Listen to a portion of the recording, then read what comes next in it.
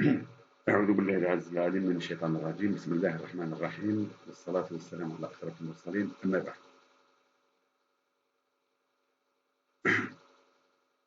Voilà, donc je vais vous présenter mon cours qui concerne le module de technique du travail universitaire TTU. Le cours s'intitule Qu'est-ce qu'un travail universitaire? Il est destiné aux étudiants de première année de licence. Voilà.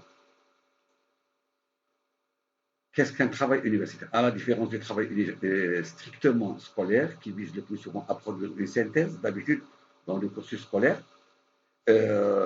contrairement à cela, le travail universitaire a pour objectif d'apporter une contribution originale à une thèse d'activité déterminée. Mon cours il contient les trois grands chapitres qu'on appelle la recherche scientifique, la recherche documentaire, la recherche cytographique. Scientifique, elle vise à mettre en lumière de nouvelles informations ou à en vérifier d'anciennes, afin d'augmenter ou de vérifier les connaissances.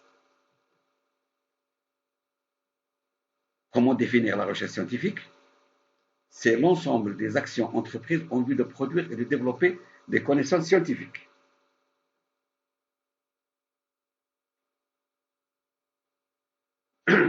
Il y a différents types de recherche scientifique, bien sûr. Il y a ce qu'on appelle la recherche qualitative, la recherche quantitative, la recherche descriptive, la recherche explicative, la recherche exploratoire, la recherche appliquée, la recherche théorique ou recherche fondamentale. Le but de la recherche, on peut dire que l'objectif de la recherche est de découvrir et de comprendre ce que nous savons et ce que nous ne savons pas. Les étapes d'une étude scientifique, elle est structurée de cette manière. O, Eric, ça veut dire O, observation, H, hypothèse, E, expérience, R, résultat, I, interprétation, C, conclusion. Les étapes d'une recherche scientifique. Nous passons ensuite au 1.4 qui est intitulé Quelle est la définition de la recherche? Quelle est la définition de la recherche? 1. Dans sa définition littéraire, si je peux dire, action de rechercher quelque chose ou quelqu'un dont on ignore où il se trouve exactement. La recherche d'un objet perdu. 2. Maintenant, concernant la recherche, action de rechercher à se procurer ce que l'on désire. La recherche de la sécurité. Deuxième chapitre s'intitule la recherche documentaire. La recherche documentaire, comme son nom l'indique, est une étape de travail à réaliser avant de se lancer dans une étude empirique purement expérimentale. Elle permet de collecter des données informatives grâce à l'étude de documents, officiels ou universitaires. Elle se différencie de la recherche littéraire par le type de documents qu'elle étudie, les thèses ou mémoires, les périodiques spécialisés, les documents statistiques, les documents officiels. La recherche documentaire vise à identifier et localiser des ressources informationnelles déjà traitées, soit par des individus, soit par des machines. Comment définir la recherche documentaire? Et le 2.1.2, c'est les différentes étapes de la recherche documentaire. Quelles sont les étapes pour faire une recherche documentaire? D'abord, je cerne le sujet, j'interroge des sources d'information, je sélectionne les documents, je prélève l'information, je traite l'information, je communique l'information. Nous avons les principaux outils de la recherche documentaire. Quel est l'objectif d'un documentaire? Quels sont les trois types de méthodologies, à savoir les méthodologies qualitatives, quantitatives, qualitatives et mixtes. Voilà, là, nous définissons les trois méthodologies. En premier lieu, quantitative, qualitative, puis mixte. Quel est le but de l'analyse documentaire?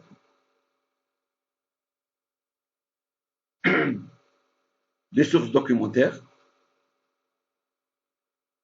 Et le 2.5.2, les différents types de documents. Des livres ou monographies, comme des livres documentaires, des ouvrages de fiction, romans, recueils de poésie, pièces de théâtre, des périodiques, des documents électroniques.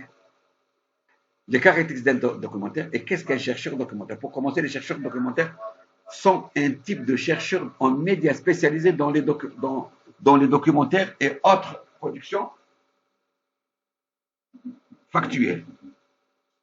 Leurs tâches quotidiennes comprennent établir le type d'information nécessaire à un projet spécifique. Enfin, nous passons à la recherche cytographique, comme son nom l'indique, on parle de site. La webographie ou cytographie est une liste de contenus, de pages ou de ressources du web relatives à un sujet donné. Ce mot est récent, mais déjà très utilisé. Il est construit sur le modèle du mot bibliographie. Qu'est-ce qu'une cytographie? Le terme cytographie est composé de la racine cyte, à laquelle on a rajouté le suffixe graphie. Une cytographie est une bibliographie de site internet. Comment faire une cytographie? Voilà, on cite le nom, le prénom de l'auteur, organisme, titre de la page consultée en ligne, date de publication, d'accord? Ensuite, comment faire une référence bibliographique? Donc, auteur, titre de la page consultée, nom du site, date de la consultation. Comment faire une bibliographie en HGGSP? Là, il s'agit d'un domaine bien précis, ça veut dire histoire, géographie, géopolitique et sciences politiques. Comment construire la bibliographie maintenant? Voilà, c'est noté tous les auteurs et travaux utilisés. La première étape de réalisation d'une bibliographie est la plus importante. La différence entre webographie et bibliographie, il faut les distinguer, bien sûr.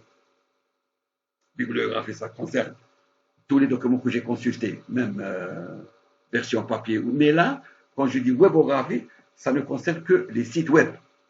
Les normes de présentation d'une bibliographie et d'une webographie, et voilà.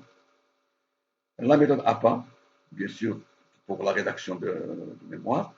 Peut-on citer des sites web dans une thèse? La réponse courte est oui, mais vous devez les utiliser de manière appropriée. Les sites web peuvent fournir des épreuves précises pour étayer votre discussion. Conclusion, toute recherche vise à mettre en lumière de nouvelles informations ou en vérifier d'anciennes afin d'augmenter ou de vérifier les connaissances.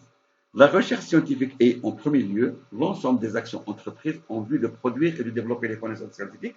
Elle implique une enquête approfondie et une observation systématique des phénomènes. La recherche documentaire est une étape de travail à réaliser avant de se lancer dans une étude empirique, purement scientifique, purement expérimentale. Elle permet de collecter des données informatives grâce à l'étude de documents officiels ou universitaires. Enfin, la recherche cytographique, la webographie ou cytographie, utilise de contenu, de pages ou de ressources du web relatifs à un sujet donné.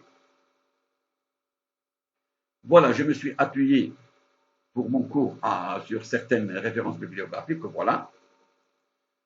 Je vous remercie de votre attention.